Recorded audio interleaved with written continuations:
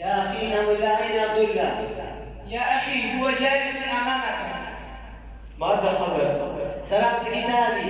يا أخي ما لك متنفرا اليوم وقد احمرت وجنتاك؟ إليك عني ولا تكلمني فإن أعصابي متوترة.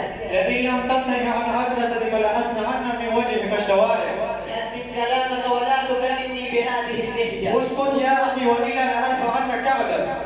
خذ كتابي يا أخي والله يا عجيب الغير أتمنى لقمة تدور بك الأرض. يا أخي ما لك تعوز كن شجاعا وواجهني مواجهة الرجال. أنا جبان أم أنت الذي تبرز قرص البنات؟ خذ كتابي يا أخي والله لئن لم تنتهي لأمر عنك في التراب. لئن لم تنتهي لأضربنك سلبا أنت أنساه أو لا تدري. ماذا سرقت كتابي؟ ما سرقت من قال. ماذا حدث؟ لماذا تشاجراني وأنتم تسجلون الفيديوز؟ هؤلاء يشاجرون. أعطني جوالا وأنت أيضا أعطني جوالا. لما تشاجران يا أيها الإخوة؟ ألستما بالأمس صديقين؟ نعم كان الأمر هكذا ولكن اليوم مصير على المشاجرة. لكن أنت الذي تسببت للمشاجرة. نعم يا صديقي، أولا أسمع مدعاة كل واحد منكما ثم أفصل بينكما.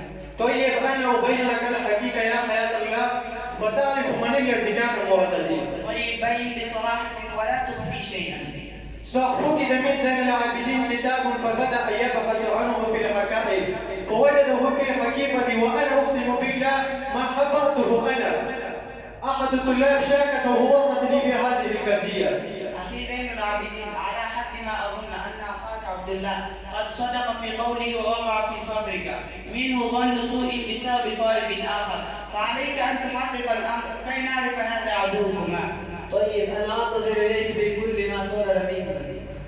أحسنت، فالآن تقدموا وعنقوا واعفوا واصفحوا ولا تتركوا للشيطان سبيلا فإنه عدو مبين. يا أخي عبد الله سامحني بكل ما بدر مني من غضب أو تهديد. يا أخي زين العابدين قد عفوت عنك قبل أن تطلب العفو يغفر الله لك فإنه هو الغفور الرحيم. والسلام.